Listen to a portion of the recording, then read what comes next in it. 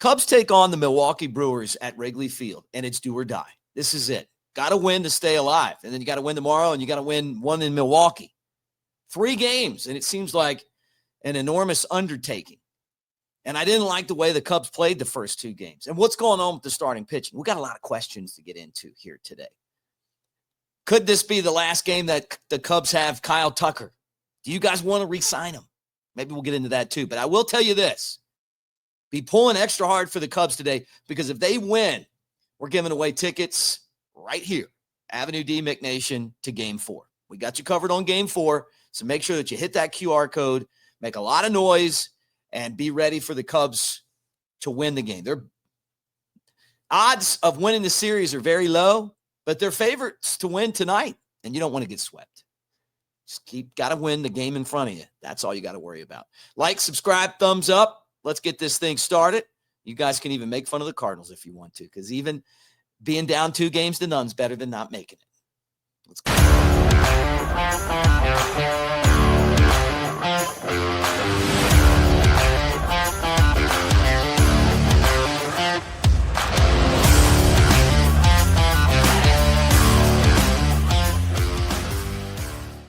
What do you say, everybody? Mick Gillespie right here on the Cubs Baseball Channel. Thank you for hanging out.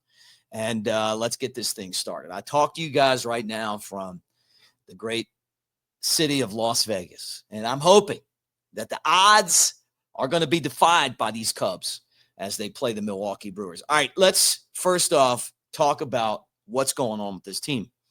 It starts with the starting pitching and an error of colossal, really a colossal error, put it like that, to start Matthew Boyd on 3 games rest. Bad idea. And it just seems to have sent this team into a tailspin. I know it hurts when you look at their best guy against maybe not your best guy, but you have to do it. Instead of pitching a guy on 3 days rest, then you don't have him for his normal rest. And the Cubs have been led by great starting pitching this year. They've been one of the best, and even for a stretch, the best in baseball starting pitching-wise. Who would have thought they would have got into the postseason and the starting pitching would look like it has the last 2 games? Just really bad. And I wonder if Jameson Taillon will be ready for this big moment. We're going to talk about him in a second. But it just feels like everything has been out of kilter for the Cubs. I would have much rather had Shota Imanaga pitch Game 3.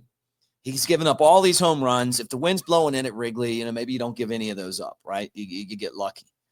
And he's kind of been the second half of the season, the guy that we kind of worried he might be when he came over from Japan, because he gave up a lot of home runs there. He's given up a ton of home runs, and the Brewers have capitalized on that in the series. And I don't even think they're a big home run hitting team, but they've been doing it. The Cubs have just not played a great series, but it's not over yet, right? I'll tell you what was interesting. Jacob Mizorowski set the StatCast record for 31 pitches of 100-plus miles an hour. I mean, that makes it tough. But you know what? The Cubs scored on the guy. It wasn't like they weren't ahead. It's just that they've gotten leads and they've just coughed them up so fast. And that's because of the bad starting pitching. So what do you do to get things turned around? Boom, you start with pitching. Jameson Taillon has been one of the Cubs' best pitchers down the stretch. He's also been really confident. And I think that he's the kind of guy that can help you get to a Game 4.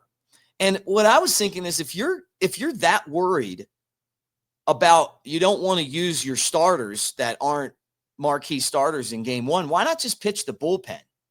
Like one of these bullpen games. And I know it's like, well, you might burn your bullpen out, but it's better than what happened. And you might win the game. I mean, Andrew Kittredge pitched all 3 games against the Padres. So it's possible to do that. This is the time of year where you got to turn around and figure it out. Now, the odds, and I am in Vegas, so I'm going to throw these up here for you. Brewers are favored minus 750. That's enormous odds, right? Cubs plus 530 underdogs. And I may go down and I'm not allowed to bet on baseball, but I wouldn't mind putting a little money on this because I I think that one game could turn this entire series around. I really do. I believe that. And, just kind of looking at the way things are setting up, somebody's got to step up and just get a win. And then all of a sudden things just kind of fall into place. And when you're at home, it's a lot easier than when you're on the road. And it's really felt like that throughout this postseason. But just by the way, the Cubs are favorite to win tonight's game. And that's a good thing. Now, one of the guys that really cost this team in the postseason is Cade Horton. And it's because of his injury. He would have been someone that the Cubs would have probably started in game one, had he not pitched in the other series against the Brewers, or who knows, how that would have worked out. He would have probably pitched against the Padres, but he's been coming back from a fractured rib, and basically 11-4 record, 2.67 ERA. He's probably going to be rookie of the year. And his most, the last 7 starts he pitched, he had a 1.64 ERA. Would have been great to have him for the postseason. And this, to me, has been something that's kind of been in the back of my head with Horton, who I do love. And I think that he is as good as I thought he would be and better. But the problem that the guy's always had are these injuries. He just can't get out of his way with the injuries. And he's back to being hurt again in the most critical time of the season, right?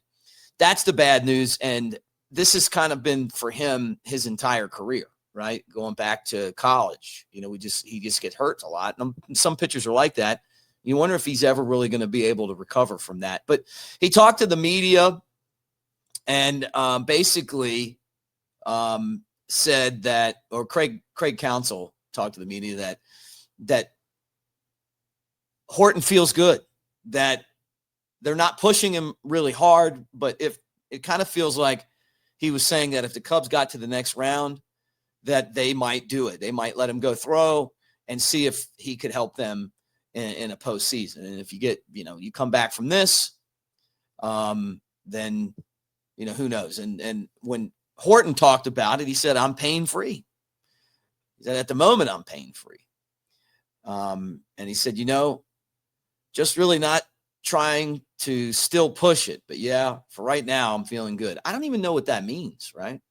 I mean, Bobby Dernier told me one time, he said, you're always banged up. So from spring training, you get nicks and injuries and different stuff, and you got to play through it. I'm not saying that Cade Horton needs to play through this. I don't know. I'm just saying that pitching's painful. The great Bobby Basham told me one time, and I agree with that. I don't need to, work in a baseball front office like Bobby to know that he's right, that it is. But when Horton is in the rotation, he just gave the Cubs that one guy that you knew you could count on. And I wish that the farm system had 2 or 3 more guys like that who you look at and go, that this guy could really make a difference for us down, in a year or two. And I think there's some guys that might be able to help, but Horton is, for the Cubs, something that they haven't had in a long time. And that is a legitimate prospect, a legitimate ace, but he's got to work through the injuries. I don't know how you do that, but tough one right there. So here we go. Again, is Jameson Taillon ready for the big moment? I think we're going to find that out. Jameson Taillon against Quinn Priester. Taillon, who has been maybe the hottest pitcher for the Cubs, 11-7, 3.68 ERA. He's 5-2 at home with a 3.05 earned run average. He pitched really well his last time out, 6 innings, gave up 3 hits and a run with 2 walks and 8 strikeouts. And I don't look at Milwaukee's starting rotation. And I mean, it's not like you get really scared, although Quinn Priester's had a good year, 13-3 record and a 3.32 ERA. What I'll tell you, though, the reason that they probably held him for this is that he's been really good on the road, 6-1 record and a 2.91 ERA away.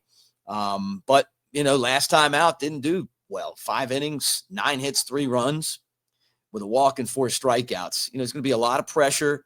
It's going to be loud in that stadium. And for the Cubs, it's do or die. So you pull all the stops. And if you're managing this game, you just got to go out there and basically throw it out, whatever it is, do it. Whatever it takes to win, you got to do that right now.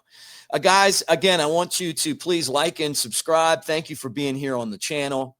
I'm trying to grind out shows for you, even though I'm not at my home studio. But I do that on a continuous basis because I travel a lot. But this is tough because I know the Cubs are better than they've played the last couple of games. They're not cooked, I don't think, but maybe they are.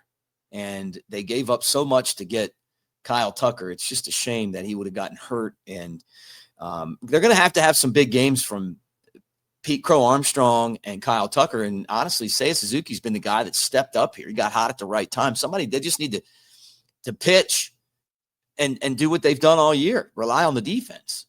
So we'll see what happens. But that's the matchup for the Cubs. Fingers crossed that the season doesn't end.